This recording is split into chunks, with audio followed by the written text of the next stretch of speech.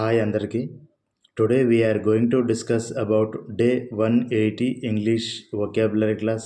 అందులో first word launch, ప్రారంభించు మరియు ప్రయోగించు. Laundry, మురికి బట్టలు ఉతకడం. లా, చట్టం మరియు శాసనం. లాయర్, న్యాయవాది. లే, పడుకోబెట్టు మరియు పెట్టు. లేయర్, పొర మరియు వరస. లేజీ, సోమరితనం. లీడ్, దారి మరియు నడిపించు మరియు సీసం. లీడింగ్, ముఖ్యమైన మరియు నడిపించుట. లీడర్, నాయకుడు మరియు నేత.